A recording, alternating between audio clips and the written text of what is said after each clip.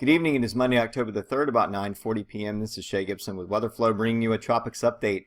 So we continue to watch Major Hurricane Matthew in the Central Caribbean heading to the north-northeast at about 8 miles per hour. It's still a very strong Category 4 storm with winds of 140 miles per hour. We can see here the eye was a little bit better pronounced earlier, and it looks like there's a little bit of a collapse around the eye right now, but that was due to some drier air making its way down in around the system and trying to make its way into the core. But it looks like since then it has rebuilt its moisture shield around it as it's pretty much saturating the air out ahead of it now. There was always this pocket of drier air out to the northwest quadrant that we think has been kind of consistently causing this sort of eye wall collapse, but it's been rebuilding.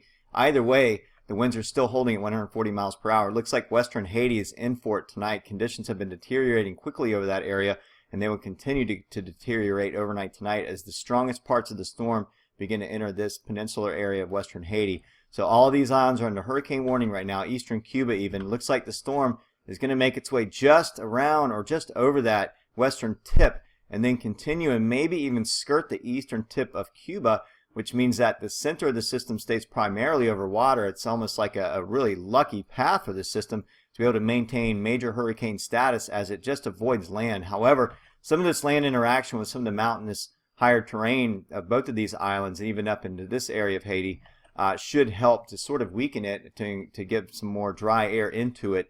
It will have some effects because you're taking some of the outer bands away from water over the tops over higher elevations, so that may help to sort of weaken the storm a little bit, but it is expected to still remain a Category 3 or higher major hurricane as it crosses through those areas and into the Bahamas. Here's the National Hurricane Center 8 p.m. update showing that the winds are still 140 miles per hour, pressure down to 934 millibars, which is the lowest it's been for this system, and the hurricane hunters are in now. It looks like they may have brought that pressure up to 936 millibars, but you can see all four quadrants of this system, the northeast, northwest, southwest, and southeast quadrants of the system, still packing very, very strong winds.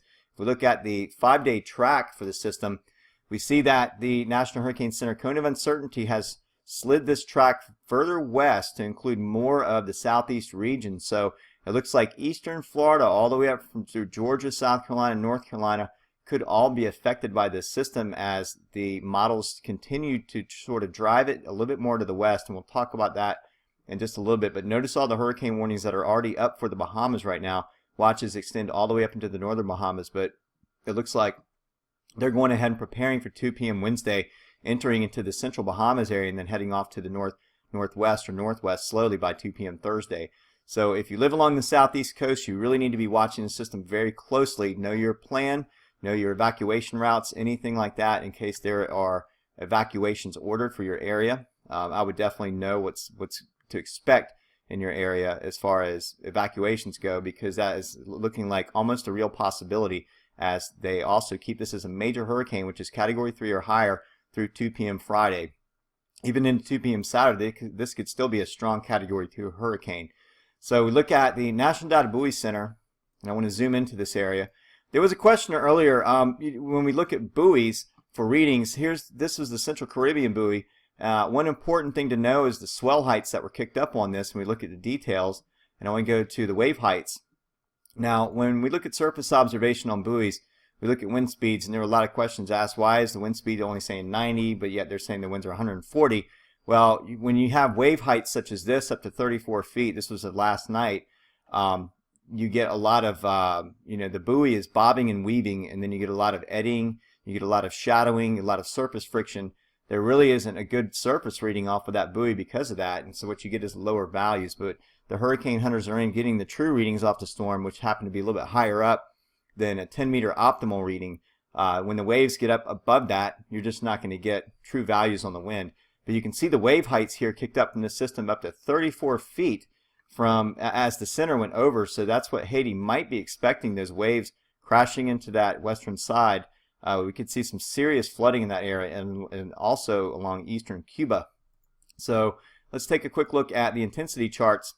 We can see the intensity models keep this mainly a Category 3 or higher through the next 60 to 72 hours. We see a drop here at the 96-hour range, and that could be due to some land interaction along the southeast coast and also some cooler shelf waters, and we'll get to that in just a little bit. But there are also some models that keep this as a Category 3 strong Category 3 up into Category 4 all the way through 120 hours, which means that's all the way through Saturday. So take a look at the track guidance. Here is the collective track guidance as of midnight tonight, and it keeps shifting this storm further and further west, and that is due to a ridge of high pressure to the north. And I'll get into that here in just a second. Let's take a look at the probabilities for at least tropical storm force wind speeds.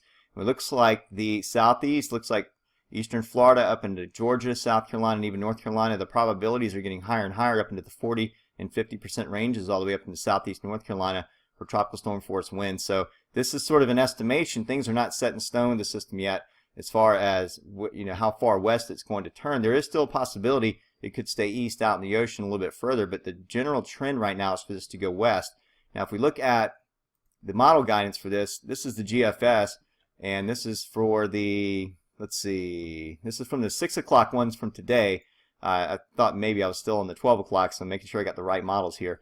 We can see the system coming up through the Bahamas, and this is by 2 a.m. on Thursday. And then as we go into time, we see that the GFS has been very consistent on keeping the system a little further west, hugged in towards the coastline.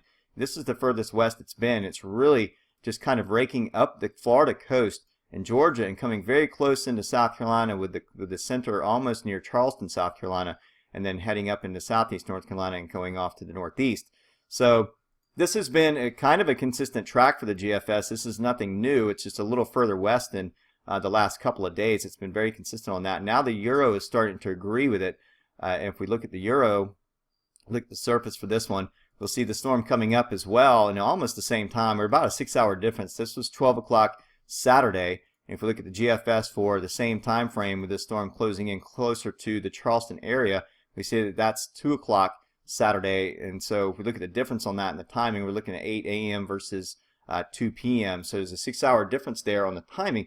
The Euro has been a little bit more, I would say that they've been a little bit more accurate on the timing for the forward speed of the system. So this could very well happen. Let's back up just a little bit though. I want to look at the upper dynamics. So we look at the 500 millibar chart. One thing to notice is this trough right here. And this has always been a timing thing with some of the traffic going across to the north with ridges and troughs that kind of come and go one in sequence to another. And right now what we're looking at is a high pressure ridge building to the north. If we look here in the frames as the storm's coming up through the Bahamas, we see a very strong ridge building to the north. This is it right here. This is high pressure, and it's this clockwise motion of wind. And we see these winds coming down from the northeast, which sets up a northeast wedge along our coastline. We have residual ridging coming in from the decaying Bermuda high. So we have a little bit of a southeast to east southeast nudge along with the east to east northeast nudge of this system as it comes up the coastline. And you can see what happens in time. It just keeps it hugged into the coast as this entire ridge moves off to the east. We also have a trough that's coming across the country, and if there's any slowdown of the system whatsoever, this trough may have time to pick it up and just take it away from the coastline. But it looks like this ridge has been building stronger than the models depicted a couple of days ago. It looks like it's going to be a really large blocking feature to the north that's going to keep this system hugged into the coastline. And that's what the thinking is behind what the model guidance has been suggesting lately. And if we even look at the Euro on this, we see the 500 millibar height anomaly. At the same time, with that system coming up near the coastline, the trough is a little bit weaker, but we're also looking at the jet stream as well with mid-upper level winds helping to guide this system off. So we may see some upper jetting ahead of this trough, just ahead of it, enough to get this system off the coastline before it makes absolute landfall. So we're not definite on landfall yet. We do think that a lot of these states, Florida, Georgia, and South Carolina, North Carolina, may be affected by the outwards wind field of the system, which means tropical storm force winds may be likely, if not hurricane force winds. So the more interaction it has along the land with the wraparound flow coming from land-based origination, we may see some weakening of the system as it does that, because there's no water out here to support tropical banding. Most of the banding would be coming up from the south along the southern, eastern, and northeastern quadrants only of the system. And so this side over here may dry out as a result of that, with dry air being pulled down into it in this direction and around the system.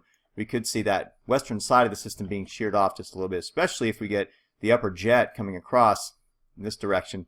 Some of the storm tops may be blown off of it, but that's all kind of speculation right now. We're getting a little bit far ahead of time. It's just a matter of whether or not this system is going to get a full nudge into the coastline, or if it's going to skirt the coast and then maybe head off to the northeast just before it really gets, hits land anywhere. So let's take a quick look at sea surface temperatures. This is a big factor right now. The Hurricane Center keeps this as a major hurricane through the Bahamas and even up into this area right here along the Gulf Stream. The warm waters of the Gulf Stream are still about 86 degrees, but as the system moves up along into this area, we see these cooler shelf waters. This is the Hatteras, Florida slope right here. There's a difference in depth of water, and we get some cool water, especially with the northeast wedge set up right now. We're already seeing some cooler waters making it in just slightly. We're about 80 to 83 degrees along these shelf waters right here, and out here is 86 degrees, so it's a little bit of a difference. This type of water, this cooler water environment may be a little bit limiting on its ability to maintain a stronger strength or even strengthen back into a major hurricane. So that's why they're dropping this to just hurricane status up in this area right here. So that should be of help. Land interaction plus a little bit of a cooler shelf water area may help to inhibit the system from maintaining major category 3 or higher status.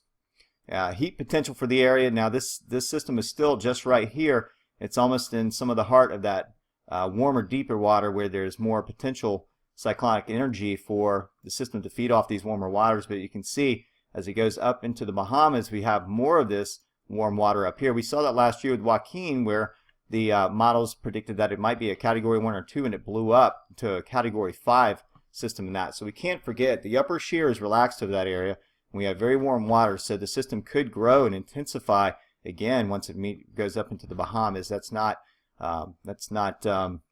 unheard of, and it's not off the table yet. So definitely something to watch, and I think that's going to do it for this tropic update. I don't see any absolute that it's going to make landfall right now, other than what the model guidance gives us now.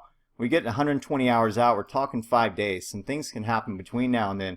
Some of those factors I talked about. That trough could make it across the country a little quicker, along with that jet that I was talking about, to pull it away from the coastline. So we're just going to watch. But for right now, like I said earlier, have a plan, know your evacuation routes, and know the emergency protocol for what's going to happen if we are going to get a landfall, and be prepared. Just keep an eye on this day to day or hour to hour. For some of us, I'll be watching it. And until next time, take care and thanks for watching.